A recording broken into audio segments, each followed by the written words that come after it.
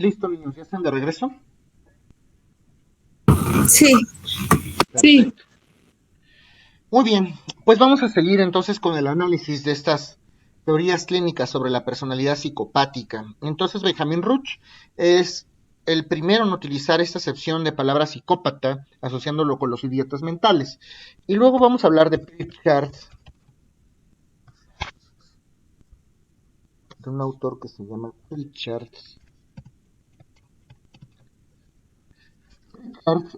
Él se refería a los psicópatas como locos mentales, hablaba de la locura moral.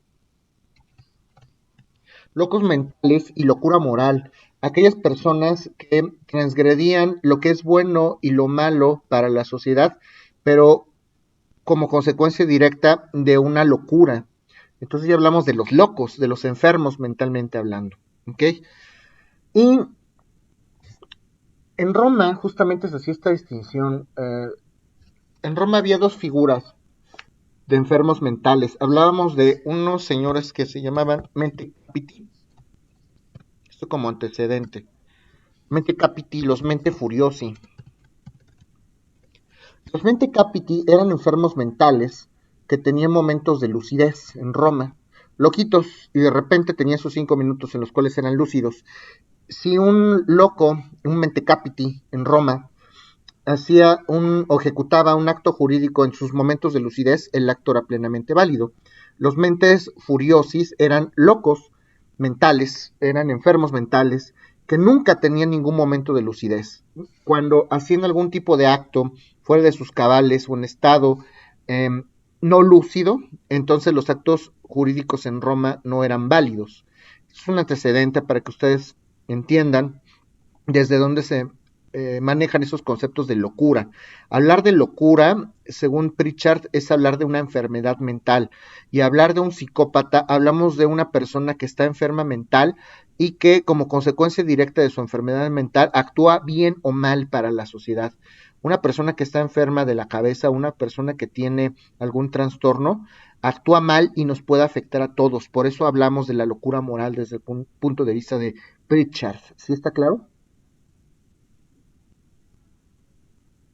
¿Me puedes repetir nuevamente lo de Pritchard, profe, por favor? Sí, Pritchard habla de la locura moral, se refiere a los psicópatas como los locos morales. ¿Por qué los locos morales? Porque son enfermos mentales que como consecuencia de su enfermedad van a llevar a cabo actos malos, moralmente hablando, donde nos van a afectar a todos como sociedad. ¿Sí me explico? Sí, gracias. Ok. Y hay otro autor que se llama Kandinsky. Este señor dice que la psicopatía inicia desde los primeros años o de las primeras etapas de la niñez. Hay muchos casos documentados, no me acuerdo si fue en este grupo o en otro, justamente referíamos el caso de la famosa niñita esta que desde, no, que hay varios casos, no es el único, el caso de varias niñas o varios infantes que desde chiquitos empiezan a clavarle lápices a los pájaros y a los animales y ejercer este tipo de actos crueles y al día de mañana pues ya no eran animales, ya eran seres humanos. Entonces, seguramente, y hay estudios que dicen justamente que la psicopatía se puede transmitir de manera hereditaria. Hay muchas series de televisión y muchos estudios al respecto. Digo, las series no me interesan, pero los estudios formalmente establecidos sí. Hay muchos estudios que dicen que desde el punto de vista genético, sí es posible llegar a transmitir ese tipo de enfermedades mentales. Hay enfermedades mentales que sí son hereditarias. Eso es lógico. Así como hay enfermedades que no son mentales y se pueden transmitir vía herencia, también hay enfermedades de índole mental que sí se pueden transmitir vía herencia, como el propio trastorno de bipolaridad que necesita tratarse ya con fármacos. Y luego, vamos a hablar de... Profesor, Sí, adelante. entonces Kandinsky nos habla de qué, perdón, de las enfermedades por herencia. Lo único que dice Kandinsky es que la psicopatía se presenta desde las primeras etapas de la niñez. Es lo que me interesa que sepan de él, ¿ok? Desde chiquitos. Ok. Ok. Y luego vamos a hablar de Bechterev. Bechterev. Bechterev dice que hay dos tipos de psicopatía. Hay dos tipos de psicopatía. ¿Okay? Los psicópatas que son congénitos y los psicópatas que son adquiridos. Los psicópatas congénitos son aquellos psicópatas que son psicópatas porque sus papás le heredaron ese rasgo o esa característica genética. Yo soy psicópata porque lo heredé de mis padres, no porque quiera. Y los psicópatas adquiridos son aquellos psicópatas que se vuelven psicópatas en el transcurso de su vida. Sus papás no le heredaron ese rasgo de la personalidad o esa enfermedad mental. Ellos son psicópatas porque durante el transcurso de su vida adquirieron o desarrollaron esa enfermedad mental. ¿Sí está claro? Sí. Ok. Los que lo heredaron, ¿qué, perdón? ¿Los qué, perdón? Los adquiridos. Los adquiridos son los psicópatas que no adquirieron esa enfermedad mental vía genética, no lo adquirieron como herencia de sus papás, ellos se volvieron psicópatas en el transcurso de su vida gracias a lo que vivieron, se hicieron, no nacieron. ¿Sí me explico? Sí, gracias. Ok, bueno, vamos a analizar más adelante dentro del curso, ya falta poco, a Sigmund Freud como el Sigmund, se los escribo, Sigmund Freud como el precursor del psicoanálisis, Sigmund Freud como el precursor del psicoanálisis. De hecho, es un psicólogo muy reconocido, es un psicólogo muy famoso, seguramente todos lo han escuchado. Vamos a estudiar su teoría del psicoanálisis desde el punto de vista criminal más adelante, pero ahorita, hablando concretamente de los psicópatas, vale la pena rescatar a Freud porque Freud dice que hay dos tipos de delincuentes. ¿Por qué nunca? Sí, adelante, te escucho. No, pensaba, ¿por qué nunca hablan, por ejemplo, de Carl Jung también?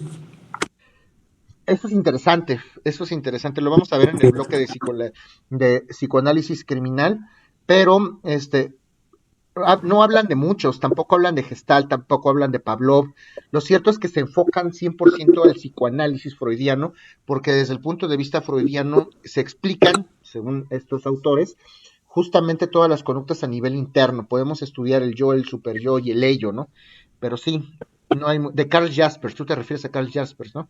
No, es Carl, creo que sí es Carl Jasper Sí, Jung, debe ser Carl Jaspers, sí. pero también fue, o sea, tanto fue discípulo como fue contemporáneo de, o sea, no de edad, sino de, digamos, procesos Sí, claro. académicos de Freud. Y de hecho yo siento, o bueno, yo sé, y de acuerdo a la historia, creo que Jung era más, todavía tenía más peso que Freud, pero también cabe destacar que, por ejemplo, Sigmund Freud llevó a su familia, o sea, la mantenía, y en el caso de Carl Jung, el poder económico venía de su esposa, y el poder era bastante, o sea, era muy adinerado. Creo que también eso hizo, o sea, influyó en las cortes, o en las, digamos, sí, cortes médicas, para que también sus estudios quedaran como plasmados, pero no sé qué tanta. Sé que hay muy buena relevancia, pero no sé por qué no se desarrollaron o la criminología no los toma, pero puede ser. Sí, claro, y no nada más la criminología, en psicología estamos obligados a estudiarlo, pero criminológicamente hablando, si ustedes se fijan, los textos refieren a Sigmund Freud. Sí vamos a ver algunos autores que retomaron justamente a Sigmund Freud en sus estudios, pero sí, definitivamente sí le dan como un enfoque un poquito más centralizado a Freud, siempre vamos a hablar más de Freud. Como criminólogos, Freud se supone que es una referencia, pero sí, tienes toda la razón. Yo creo que también deberíamos retomar a otros, por supuesto que sí. ¿Ok? Bueno, para Freud hay dos tipos de delincuentes, los delincuentes que tienen sentimientos de culpabilidad y los delincuentes que no tienen sentimientos de culpabilidad. Y ahí empezamos a desplegar la personalidad de los psicópatas. Hay delincuentes que cuando delinquen sienten feo, híjole, es que me robé ese billete, pero pues pobre señora, híjole, ahora qué va a comer, sus niños, y si tenía familia, híjole, ¿Sentimientos pues, de qué? perdón, Gerardo, no te Perdón, escuché. profesor, no le entendí. ¿Sentimientos de qué? De culpabilidad, Ya, gracias. sentimientos de culpabilidad. Hay delincuentes que el momento de Oiga, cometer profe, delitos, pero sí, ¿la culpabilidad viene siendo como arrepentimiento o solamente les da culpa? pues puede ser remordimiento, puede ser culpa, puede ser sentirse mal simplemente, te sientes mal y no sabes por qué. Cuando ustedes afectan a alguien, hay dos tipos de personas, las que pueden sentirse mal por eso, o las personas que son indiferentes, porque también hay personas, un policía de tránsito, que por ejemplo, percibe un soborno en una época navideña, por ejemplo, y detiene a un papá que no tiene dinero para comprarle juguetes a sus hijos, y le quita los únicos 1,000 pesos que trae, porque si no se lleva el carro al corralón. ¿Qué les va a responder? No, pues yo no tengo que sentir ningún tipo de culpa por ti, yo no me siento mal, pues finalmente, aunque esté haciendo algo indebido, aunque esté recibiendo un soborno, yo no me tengo que sentir mal por esto, pues te estoy haciendo un favor casi casi, ¿no? Hay personas que son así y hay personas que sí se sienten mal, que son más sensibles al dolor ajeno. Y lo comento esto de Freud porque justamente uno de los rasgos de los psicópatas es que los psicópatas no tienen ningún sentimiento de culpabilidad, pueden ver, pueden percibir en carne viva el dolor ajeno y son totalmente inmunes, son totalmente indiferentes. Un psicópata puede estar agrediendo constantemente a una persona, la puede ver llorar, sangrar, la puede escuchar quejarse, puede ver el dolor, pueden incluso llegar hasta sentir placer por ese dolor que están profesando. Son totalmente indiferentes al dolor ajeno. Por eso es que hago esta distinción de Freud. Hay gente que cuando comete delitos sí se siente mal y hay gente que no se siente mal cuando comete delitos. ¿Sí me explico? Eso también pasa con lo que nos explicó del autor pasado, se me olvidó el nombre, Bechtere, por ejemplo, con esto de tenemos que hablar de Kevin. Ok. O sea La que, película es que tenemos que hablar de Kevin. ajá, o sea que tenemos que, o sea que o sea, también él muestra los dos, ¿no? Porque, o sea, el niño ya tenía un trastorno y la madre todavía le provoca a otros. Ah, claro. También eso es un tema importante. Muchas veces a nivel familiar, por eso es que se proponen estas medidas preventivas en criminología, porque muchas veces el propio núcleo familiar es el que desencadena este tipo de conductas. Hay muchas, a ustedes no les tocó esta del dragón rojo, también véanla. Ah, sí, también está muy bueno. Ajá, uno de los protagonistas justamente la mamá es la que influye demasiado, porque de chiquito no lo bajaba de deforme, de tonto. Es un niñito que nació deforme y que la mamá lo trataba mal y lo asumía y lo escondía y no quería que lo vieran y le daba unos tratos espantosos. Entonces, ¿qué También pasó? pudiera ser aquí en la Ciudad de México, esta persona que mataba a las mujeres, que era el de Catepec, no sé cómo le llamaba. Ay, hay muchos, hay Ajá. muchos y así sí. Y decía Pero el más popular ahorita es el monstruo de Catepec, ¿no? Sí, ese mero, el monstruo de Catepec, justamente. Ajá. De hecho, cuando le preguntan ya en el Ministerio Público, dijo que porque odiaba a las mujeres, que porque su mamá lo maltrataba y que hasta abusaba de él, o sea, lo trataba mal. Y Eso, entonces, por ejemplo, es un caso muy claro de feminicidio. Están matando o están privando de la vida a mujeres, pero por razón de género. Ahí el propio delincuente declara que mata a las mujeres porque son mujeres, porque tiene algún tipo de rencor o resentimiento contra ellas. ¿Okay? También incluso dijo que si él volviera a salir libre, lo volvería a hacer cuantas veces fuese posible. Claro. Que alguien iba a comentar. Oiga, profe, y por ejemplo, ese hombre ya tiene un trastorno, ¿no? Independientemente de todo, ya a fuerzas es que esté en un reclusorio o puede ir a un psiquiatra. Habrá que ver, porque eso se supone que lo tuvo que haber definido el juez penal. Por eso es tan importante eso que estamos platicando. Porque si el juez analizó en base a los elementos que le acreditaron, no creo que haya sido así, que el señor tenía un trastorno mental, lo cierto es que el juez tuvo que haber sugerido algún tipo de tratamiento, pero dígame qué criminólogo sugirió un tratamiento médico para el monstruo de Catepec. Seguramente, no sé, estoy hablando porque no conozco el caso, pero seguramente no lo hicieron. ¿Por qué? Pues porque nos abocamos a decir, no, pues es que él era el mata viejitas, el mata señoras, lo que sea, y no nos abocamos justamente a ese tipo de medidas preventivas. Nos abocamos a castigar, no a prevenir y no a tratar al delincuente desde el punto de vista clínico. Eso es importante. ¿Okay? O sea, ¿qué quiere decir? Que todavía a nuestro sistema le hace falta implementar más sobre la materia de criminología, ¿no? Claro, porque sí, le dan más preferencia a lo penal que, así es, como usted dice, a otro tipo de Así de es. sentencias como por decir, en este caso ir al psiquiatra, tratamiento o algo así. En efecto, ustedes como que por eso están estudiando ustedes criminología, ustedes son los que tienen que alzar la voz, por eso les dejé esta actividad del dictamen, tienen que elaborar un buen dictamen y decir, a ver juez, sí tiene estos trastornos, sí cometió esas conductas por esto, pero se sugiere un tratamiento psicológico, médico, psiquiátrico, porque solo así el juez lo va a tomar en cuenta. Si no le dan ese elemento o esa evidencia al juez, el juez no se puede pronunciar. ¿Sí me explico? Oiga, profesor, yo tengo duda, por ejemplo, y creo que lo he venido repitiendo con varios profesores para ver si me pueden orientar. ¿Por qué la ONU, por qué varios organismos internacionales están muy empeñados en que el sistema, digamos, penal, el sistema de justicia en México cambie?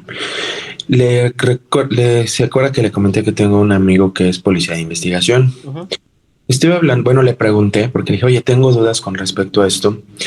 Y él me explicó un poco, por ejemplo, el common law y lo que ellos ven en la academia. Me dice, por ejemplo, un policía de investigación o un detective investigacional del Scotland Yard tiene para hacer lo que a lo mejor yo tengo en México, él ya tiene que tener, me dice, no sé si en Inglaterra son licenciaturas.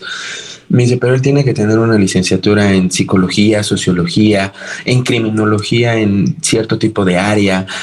O sea, tiene una rama muy especializada para poder ser un policía de investigación. Porque cuando ellos ya entran a hablar con el criminal, cuando ya lo detuvieron, o sea, ya está, digamos, para ver qué pasó, ¿no? O sea, ahí ellos ya hicieron o ya emitieron como un juicio.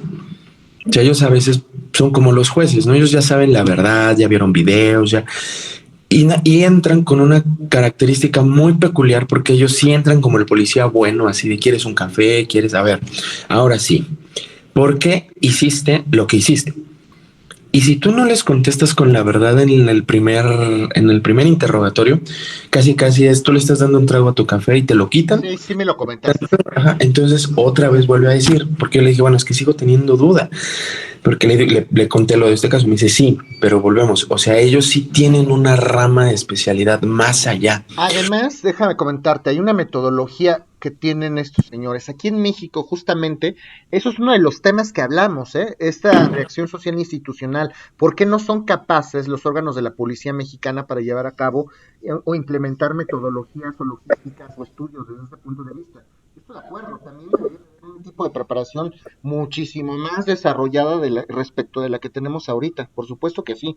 El problema aquí es que los criminólogos que hay en México, los pocos criminólogos, se dedican a la academia, que ese es un gran problema. A nivel Naciones Unidas, justamente, se tratan de resolver estos problemas y vale la redundancia. Un criminólogo exitoso, un buen criminólogo, claro que puede desarrollarse en muchos campos de trabajo, pero un buen ámbito laboral para la criminología puede ser justamente ahí en los órganos internacionales, concretamente en la ONU, en la Organización de las Naciones Unidas, necesita muchos criminólogos de campo justamente para abocarse a estos estudios, para que hagan políticas, desarrollen políticas. Y el problema con los derechos humanos, hasta antes de la reforma aquí en México, es que los derechos humanos eran letra nada más. La única manera que teníamos para poder hacer valer un derecho fundamental era a través del amparo, y solamente los derechos que estaban en la Constitución, los tratados internacionales y todo este tipo de situaciones antes de la reforma, pues prácticamente eran cuestiones ahí como humanísticas. Luego, si ustedes se van a la CNDH, a la Comisión Nacional de Derechos Humanos, pues se encuentran con la sorpresita de que las resoluciones que emite la CNDH no son vinculatorias, no son obligatorias para los países parte. Si la CNDH emite una resolución, solamente va a emitir una recomendación, que es trágico todo esto. Si ustedes quisieran hacer algo, pues, por ejemplo, en cuestión penal, pues tendrían que accesar, que tampoco es tan fácil, justo a la Corte Penal Internacional o la Corte Interamericana de Derechos Humanos, pero aquí a nivel México todavía no estamos tan desarrollados. Por eso es que necesitamos de criminólogos que fomenten estas prácticas y que desarrollen nuestro sistema jurídico. Además, el nuevo sistema penal favorece en gran medida al acusado o al imputado, vamos a decirlo así. ¿Por qué? Pues porque hay claro que siempre han tenido prerrogativas y derechos fundamentales los imputados o los acusados, pero ahora el nuevo sistema penal le da un matiz en cuestión de derechos humanos a los acusados. Ya el Ministerio Público no puede tomar o no puede llevar a cabo acciones que antes sí podían para poder perseguir justamente ese tipo de delitos. Entonces, hay que definirnos, vamos a defender delitos humanos de quién, pero además necesitamos un sistema de justicia eficaz que no nos ponga tantas trabas para poder llegar a algún resultado final. Sí, que era lo que me decía o sea, le digo, ahora él me dijo eso, me dice, ahora, con los derechos humanos, dice, quieras o no, uno como policía, dice, en la academia te enseñan, por ejemplo, dice, en la academia te enseñan a golpear, a cómo someterlos, cómo detenerlos. Ahora nos siguen enseñando porque no sabemos cuándo un delincuente, o sea, yo puedo hacer una investigación de 1 año siguiendo a una persona, porque ya tiene una orden, o sea, ya tengo la legalidad para yo hacer mi trabajo de investigación. Pero yo no sé si a lo mejor en el momento de la captura, en el momento de la aprehensión, pues pueda desbordar varios tipos de sentimientos. Y por ejemplo, uno de ellos puede ser la ira. Y la ira pues puede hacer locuras, ¿no? Inclusive hasta dice que, o sea, la fuerza humana aumenta. Entonces dice, yo no sé. Entonces yo lo toco, derechos humanos, o sea, a mí me sanciona. Porque yo en mi parte tengo un parte que dar o entregar, etcétera, lo tengo que hacer. Me dice, pero también lo cierto es que nosotros como policías de investigación exigimos, y sí tenemos esa exigencia en la fuerza, en la academia, de decir, bueno, ¿por qué si nos enseñan cómo funcionan otras policías de investigación? Nos mandan a otros países, porque él creo que ya me comentó que ya lo mandaron a un país, creo que fue a un país de Centroamérica, a tomar cursos. Y o sea, nos mandan. Y es mucho dinero, o sea, de verdad tú ves los presupuestos que nos dan para ejercer estos estudios, es mucho dinero, pero llegas aquí y no los aplicas, o sea, sigue siendo lo de antes. Así es. Y eso es parte del sistema mexicano. Eso se debe a nuestro sistema político, jurídico, que es justamente, eso lo vamos a ver, todo esto lo vamos a estudiar en la última tendencia, que es la criminología organizacional. Justamente en criminología organizacional, que es la tercera tendencia, estudiamos todos estos defectos y todos estos mecanismos que tendrán que implementarse o que mejorarse. Y vamos a llegar a ello. ¿Okay? Gracias, profesor. Claro que sí. Bueno, muchachos, ahora vamos a analizar a otro autor que se llama... Oiga, profe. Sí. Perdón, ya por último por interrumpirlo. Adelante. Yo me quedé en sentimientos de culpabilidad. ¿Y cuál otro sentimiento era? Ok. Desde el punto de vista de Freud, hay dos tipos de delincuentes. Los que cuando cometen un delito se sienten mal y los que no se sienten mal. Los que al cometer un delito tienen sentimientos de culpabilidad y los que al cometer un delito no tienen sentimientos de culpabilidad. ¿Ok? Sí, gracias. Ok. Y ahora vamos a hablar de Tillat. Tillat habla de las reacciones, de las posibles reacciones que puede tener un psicópata, para que vayamos identificando el perfil de un psicópata. Gran parte de la importancia de estas sesiones es que ustedes puedan aprender a discernir cuál es un psicópata. Si ustedes tienen enfrente a un psicópata, ustedes tendrán que definir por qué es un psicópata con base en las tendencias que vamos a platicar. Desde el punto de vista de Tillat, el psicópata puede actuar de 5 maneras. Primero que nada, los psicópatas tienden a fugarse, porque son personas que son ansiosas y que además no pueden estar en un lugar cerrado desde el punto de vista de Tillat, pueden tener a lo mejor claustrofobia y no pueden estar estáticos en un solo lugar. Son personas entonces que también tienen tendencia al suicidio. Esto también ya lo decía Tillat. Son personas ambivalentes. Las personas ambivalentes son personas que pueden llegar a mostrar varios comportamientos y no podemos definir claramente cuál es la personalidad de ellos porque se les da fácilmente representar de manera intencional o no estos diversos comportamientos. Ojo, no confundir con el trastorno de doble personalidad o de múltiples personalidades. ¿Se han visto la película de Fragmentado, por ejemplo? Bueno, alguien ya vieron esa película, ¿no? Sí. Ok, es un trastorno de personalidad múltiple. Una persona que mentalmente asume varios roles o varias personas. El ambivalente sigue siendo el mismo, pero puede ser en algún momento sentimental, en otro momento puede ser muy apático, o en otro momento puede ser muy frío, y sigue siendo la misma persona, pero con diferentes características o con un carácter amorfo, vamos a decirlo así, ¿ok? Además, independientemente de que son ambivalentes, son personas desde el punto de vista de Tillat, que pueden tender hacia el alcoholismo.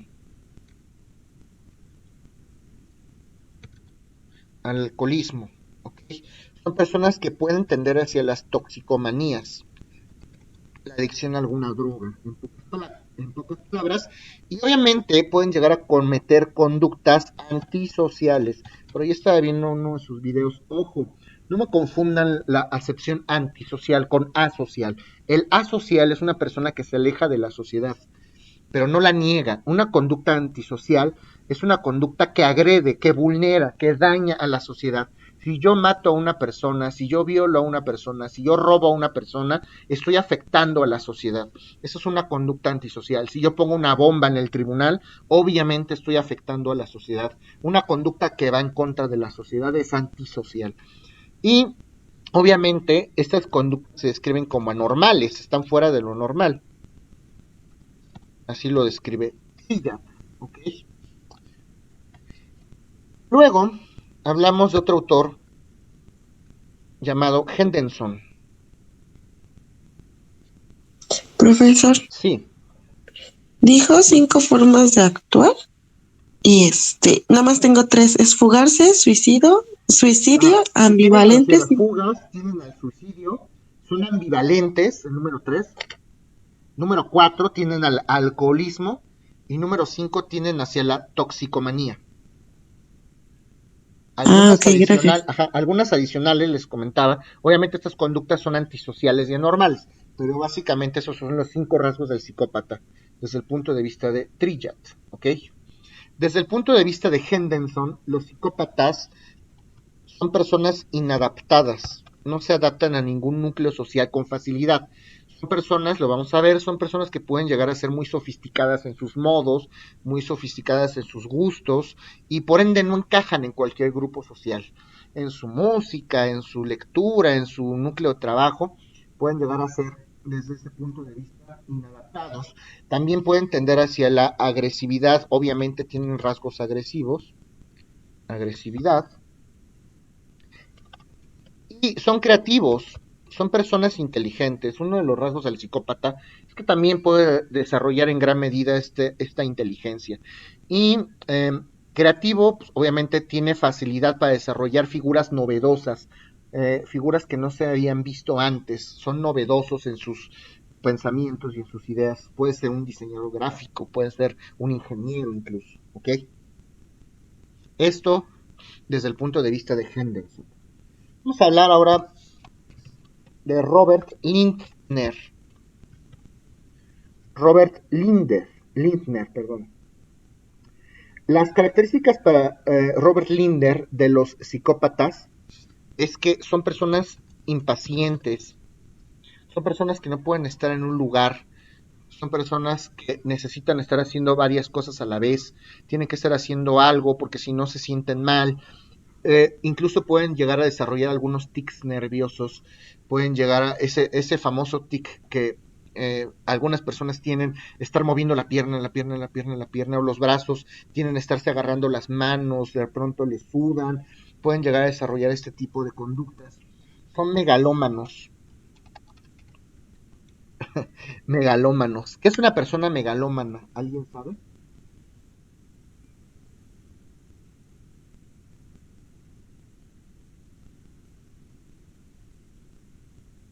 No, pero Ok. Todos conocemos a alguno. Es algo relativamente normal. Hay personas que tienen la impetrante necesidad de distinguirse entre los demás, de destacarse, de enseñarle a los demás o recalcarle a los demás que es uno más. Oye, es que yo saqué 9 en mi examen. Ah, pues yo saqué 9.2, ¿eh? Oye, yo corrí 5 kilómetros en tanto tiempo. Ah, pues yo recorrí 6.5, ¿eh? Ah, ok. Oye, es que a mí me fue muy mal porque me atropellaron cuando era chico.